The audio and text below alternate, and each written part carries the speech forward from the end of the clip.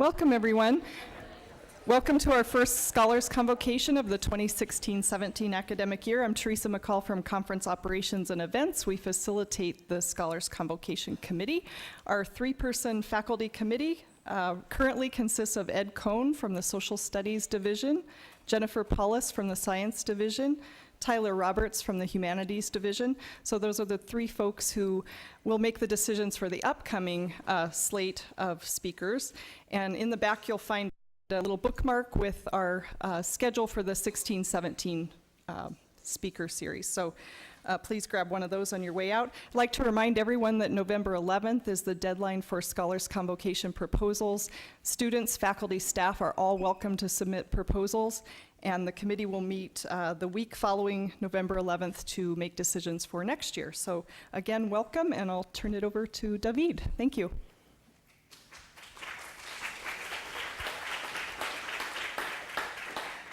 Thank you, Teresa. Good morning and welcome to everyone. On behalf of the Rosenfield program, the Institute for Global Engagement, and the John Crystal Fund, and the Convocation Committee, we welcome you to what I think is a very special convocation. In the symposium on the politics of migration and refuge, we have heard time and again this week that people's status with respect to governments matters. When people move across borders, they take many risks, not least of which is jeopardizing their status as members of a country and a community. In today's convocation, my friend and colleague Roberto Gonzales has dedicated a decade and a half of his life to understanding how legal status matters, especially to younger immigrants to the United States. We'll talk a little bit about how this process unfolds. And in particular, he shows in a very poignant way how young immigrants become aware of their liminal legal status and with what consequences. The story he tells is not the conventional one of a straight line, unidirectional assimilation to some putative mainstream, but one about becoming illegal at a key point in these young people's lives. But I won't say more since Roberto will tell us about it in detail. It is no exaggeration to say that Roberto's work is path-breaking and pioneering. It is also the rare sociological book that is having an impact across a diverse set of contexts, from law enforcement and community study groups in Madison to the halls of ivory tower schools and places in between. His work is a model of scholarship engaged in public life, a lucid expression of the sociological imagination. If you want to find out what that is, take a sociology course. And let me tell you that he is a man on a mission. And we want to make sure that we aid him in that mission, so we've made copies of the book available, which I understand are now gone. So get one if you didn't. Roberto is an assistant professor of sociology at Harvard's Graduate School of Education. He is a graduate of Colorado College. Therefore, his credentials are impeccable in the liberal arts. He has an MA from the University of Chicago, as well as of the University of California, Irvine, where he also earned a PhD. His work received support from major national foundations. He has recently been recognized by the American Sociological Association with an award for public sociology in international migration, and has received the AERA Scholars of Color Early Career Award.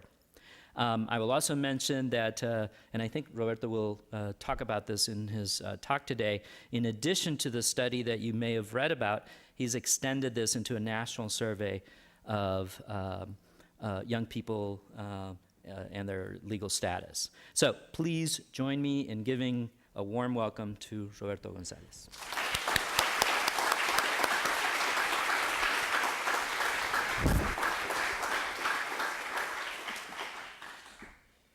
Let's see if you can people hear me? I think the mic is on. Thank you, David, for the very kind introduction. Thank you to Sarah Purcell. Thank you to Laureen and all the folks that made this symposium possible. It's an honor and a pleasure to be here. My first time at Grinnell. David mentioned that I am a graduate of Colorado College, another ACM school. The story really begins for me, an experience that I had in college. ACM has several off-campus study programs, and my junior year, I spent it on the urban studies program in Chicago. In Chicago, I really fell in love with the city, and I worked as an intern at a community center in an immigrant community, port of entry community for largely Mexican and Polish families. I ended up staying in Chicago in that neighborhood for the better part of 10 years. So what was happening in that community really grabbed a hold of me, and I didn't want to leave, so I stayed. And I lived and worked. My first job where I interned from the urban studies program was literally down the alley from where I lived. And then I moved 4 blocks away a couple of years later and ran a large youth program. So living side by side with community members and working with kids and their families, I got to know firsthand and from what I call a worm's eye view of the ways in which larger issues, immigration, community policing, gentrification, the ways in which these large issues framed the everyday worlds of kids and their families. It wasn't long before I discovered that a lot of our neighborhood youth were running into dead ends at around 14, 15, 16 years old as their friends were moving forward, getting driver's licenses, taking summer jobs or after-school jobs, thinking about college, getting financial aid for college, registering to vote, that many of our neighborhood youth had no choice, could not join their friends, and really had to rethink their future plans. So fast forward a few years, and I'm in a grad program in California, in Southern California, and I'm spending time in cities like Anaheim and Santa Ana, and I'm meeting young people with very similar stories. Had come to the US at 6 months old, at 2 years old, at 5 years old, again had grown up side by side with American-born friends and peers, but at that critical point in time, they really hit a wall. So I want to talk about that a little bit today. I will try to get through this talk and allow enough time for questions. My wife teases me that I speak very slowly and I talk a lot, but let's see what we can do. I want to try to cover 2 of our studies. So this work, I strongly believe is, for me, I take a lot of pride in that this is work that's being used by school districts. David mentioned the Madison Police Department, and many folks around the country were creating a curriculum guide for it. And for me, the study couldn't have come out at a better time, as we are sitting in early September with about 2 months to go before a major presidential election that will certainly set course for the future of this country and for communities around this country. But to be sure, our policymakers like to say that change takes time, right? And so we look back historically at any progressive change, and change has taken years, if not decades, right? And policymakers like to say that the policymaking process is incremental, right? But these ideas, this timeline, right, they don't square with the everyday realities of children and their families who have to make ends meet, have to do what they can to survive on an everyday basis, right? What we've witnessed over the last 2 to 3 decades is really an inability on the part of our Congress to pass any comprehensive solutions to our broken immigration system.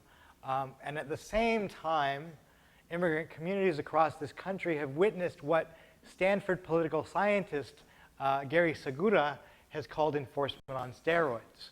Under the Obama administration alone, more than 2.5 million people have been removed from this country, right? Meanwhile, as I mentioned before, is that children and their families and communities across the country have no choice but to wait. Right? In my book, I argue that undocumented status or illegality is a master status, and this is an old sociological concept that refers to a particular trait. People tend to talk about race or gender, for example, a trait that overwhelms or trumps all others. No pun intended. In more simple language, right, this is a binding constraint, a lead weight, if you will, that eventually over time brings you down. So for the young people that I talk to, no matter what their initial advantage might have been, no matter how hard they worked, no matter how high they achieved, right, here was this weight that brought them down. And I want to talk about that. So a little bit of context before I get into the study of the book. Presently, there are around 11 million people living in the United States, living in an undocumented residency status. I want to say it the kind of long version, living in an undocumented residency status. For shorthand, I will say undocumented people, but I want to make this point very clear that this is not a natural or fixed status for people, right? The people aren't born to be undocumented, right? But they're living under these circumstances in this country. And whereas many politicians may say there are 11 and oftentimes inflate this number to 25 or 30 million undocumented workers, the reality is that a very significant segment of this population has been here since childhood. Right? We often reduce people to their labor, but the reality is that there are a lot of these folks who've been here since very young ages. So how did we get here? Doug Massey, Wayne Cornelius, and others, demographers who study immigration, have made this argument that beginning in the late 1980s, the United States started beefing up its borders, right? And as a result, this beefing up of the borders really then disrupted what were once circular migration patterns, whereby migrants would leave their families in their countries of origin, namely Mexico in this case, right, and then go back and forth to work in the U.S. seasonally, right? But with this beefing up of the border, longer, taller, and thicker fences, putting more agents on the border, investing billions of dollars in technological advances, we now have drones over our southern border, it became a lot more difficult, a lot more dangerous, and a lot more costly to cross. Right? Labor demand doesn't slow down until about 2007, 2008. Right? So instead of risking their safety, risking getting caught and having to pay money to cross again, is that people started bringing their families with them. Right? So we see in the late 1980s, accelerating through the 90s, is a growing number of long-term stayers, right, that don't have legal immigration status, and a significant segment of children who will grow up in the United States with uncertain futures. Right? Well, here's a dilemma. In 1982, the Supreme Court ruled in Plyler versus Doe, the states could not deny the children of undocumented immigrants access to a K-12 education. Right? As a result of Plyler, tens of thousands of young people leave high school either through graduation or not each year. Right? Plyler has made a significant difference in their lives. But Plyler was framed very narrowly. So Plyler didn't address education beyond K through 12, and it did not address life beyond public school. Right? So while undocumented children have access to a K through 12 education, right, is that they can't work legally, they can't vote, they can't get financial aid, they can't drive in most states, and they can be deported at any time. Right? A real dilemma. Our laws treat children and adults differently, but they don't account for the continuity of children becoming adults. Last night we had a discussion about the life course and the ways in which immigration alters the life course. Right? So here is a really poignant example, right, of what does it mean, and we think about other populations, foster care, people in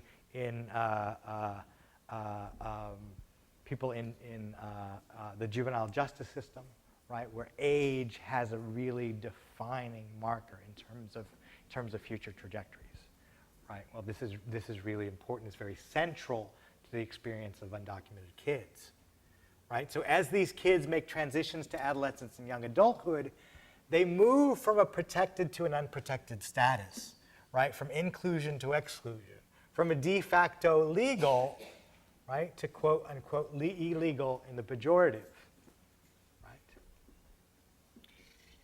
So the research for the book I carried out in Los Angeles. I followed 150 young adults, all of which came to the United States before the age of 12, and they grew up in communities around the Los Angeles metropolitan area. I followed them for 12 years, many of them into their 30s. And so I want to talk a little bit about that. So I want to discuss what I call the transition to illegality.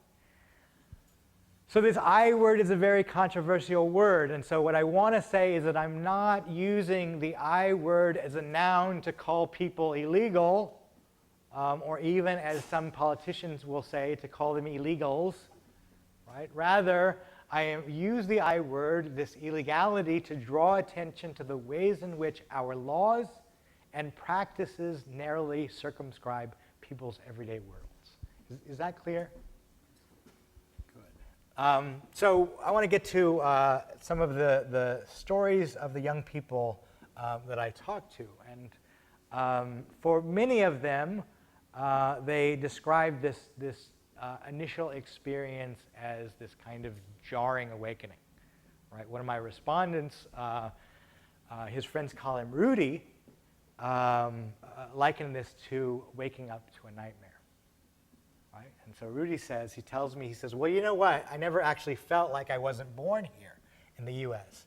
Because when I came here, I was like 10 and a half. I went to school, I learned the language. But I first felt like I was really out of place when I graduated from high school. When I tried to get a job, I asked him, why was that? He said, well, because I didn't have a Social Security number. Well, I didn't even know. I mean, I didn't even know what it meant. You know, Social Security, legal, illegal, I didn't even know what that was. I asked my mom, and she says it's in the process. In the process? I didn't even know what that meant. I don't know why she would tell us that. So for many young people like Rudy, right, their childhood experiences didn't require them to provide any proof of their legality. Right? You think back to K through 12 experiences, you're not having to show a passport, you're not having to show your visa, your Social Security number. Right? Most aspects of childhood are not defined by legality. right? But trying to get a job really means that you have to provide some sort of proof. And many people like Rudy simply didn't know as kids. Met many other young people who told me they knew, that their parents had told them about their status at very young ages, but their knowledge of their immigration status didn't become salient until matched up with experiences of exclusion, right? And it's a really chaotic time in their lives. So as a result, many young people, as I mentioned before, face blocked access. And so here's Rudy again. He says, but when I actually wanted to get a job, I couldn't. I couldn't because I didn't have a Social Security number. So my first job was cleaning carpets, helping out my dad. So understand that young people like Rudy, right, look at themselves compared to their parents, speak English with much greater fluency, have levels of education that far surpass those of their parents. Right? Their parents brought them to the United States so they could have better lives, but here they are, the same narrowly set of choices around work. Here's Sergio. Sergio was a real character. I met him very early in my study at a continuing education program in nearby Los Angeles. And he told me this story of this 1957 Chevy that he wanted to buy as a teenager in a postal carrier that had it parked in a garage. And so the postal carrier agreed after Sergio's relentless attempts to bother this gentleman. I really want to buy your car. What can I do? So he finally relented and said, look, I'll sell you this car for $5,000. It was not cherry. It was not a really nice condition.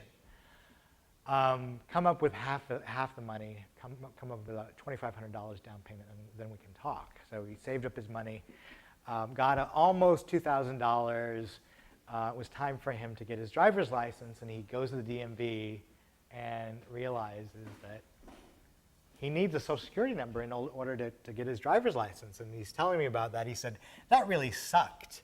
I had been all like, I'm going to get my car before all of you, to his friends, but I couldn't. It was unfair, and I had to, what could I do? How could I tell them that I can't drive? I can't get my license. It really messed me up. So Sergio is really kind of the colloquial way in which he puts this, right, that really sucked, really messed me up, really underscores in very, very vivid terms, right, the effect of this experience of exclusion. So we know a lot, I think, that we've heard over the years, a lot about the exclusion that many of these young people face. What's less known is the stigma that comes with this experience, right? So let me explain this, right? Is that many of these young people didn't have knowledge of their status, certainly weren't talking about their status on the playground with other friends and peers, right? But as they move into adolescence, moving into a greater familiarity, right, a greater kind of understanding of what their status means for their lives, but also, right, the connotations of being an undocumented immigrant. Right? They're not dumb. They watch the news. They hear people talking, sometimes including teachers and friends.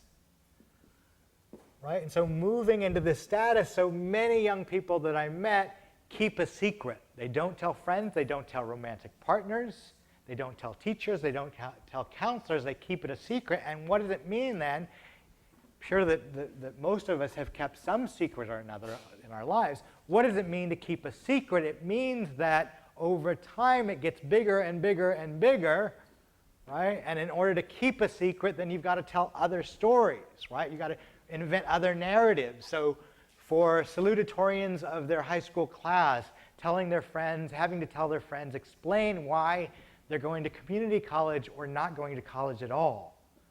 Being in a city like Los Angeles where you have to drive, right, and explain to people why you're on the bus, right, 7 miles, over 2 hours and at least 2 transfers on the bus, right, or why you had to turn down a dream opportunity of a job, right? So here's Grace. She told me, I just stopped going out. I was tired of asking for a ride and coming up with excuses. And every time it was a hassle with my friends. They wouldn't let it go. So I started telling them I was too busy with school. She said at first they didn't like that, but after a while they stopped inviting me.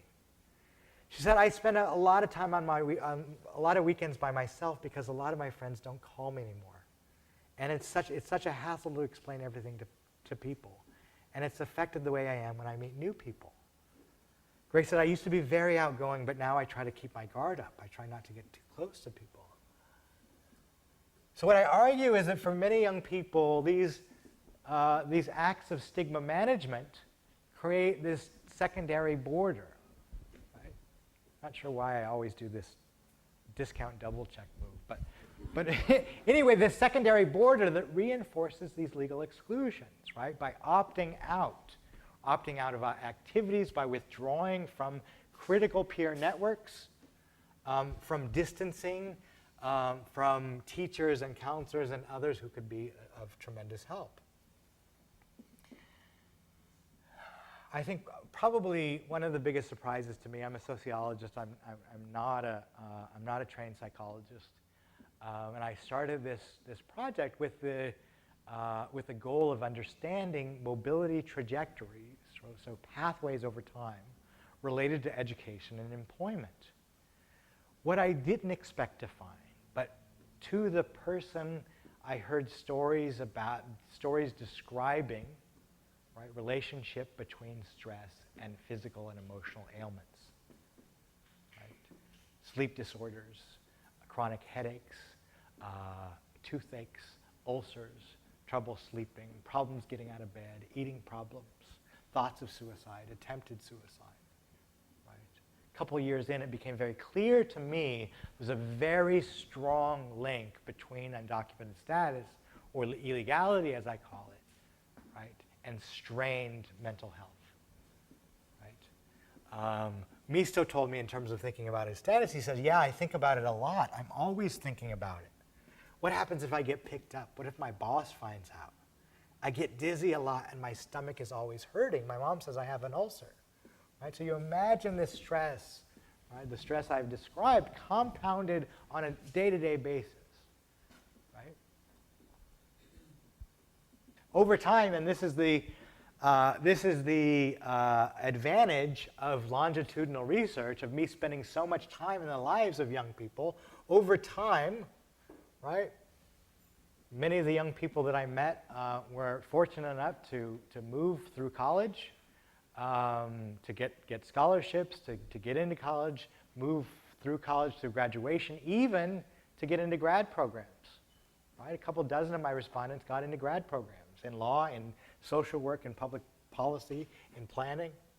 Right? But as of 2012, right, none of them were in pathways that match their educational trajectories or training. Right? Instead, many of them found themselves out of school for long periods of time. And as time moved on, remember I talked about the centrality of time in the beginning. As time moved on, right, they ran out of schooling. Right? School was a safe haven for many of them. It was a protective in a lot of ways.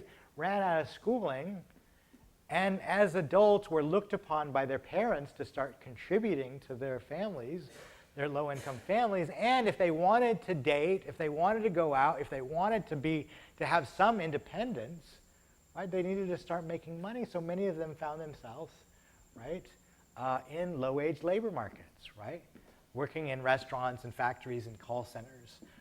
Here's Esperanza, and for Spanish speakers in the audience, the pseudonym that I gave her, right, Esperanza meaning hope, is not without irony. And she's describing, she's I think 27 or so here. She's been out of college for a few years, and these are the only kinds of jobs that she's getting. And she says, the people working at those places, like the cooks and the cashiers, they're all really young, and I feel really old. Like, what am I doing there if they're all like 16, 17 years old?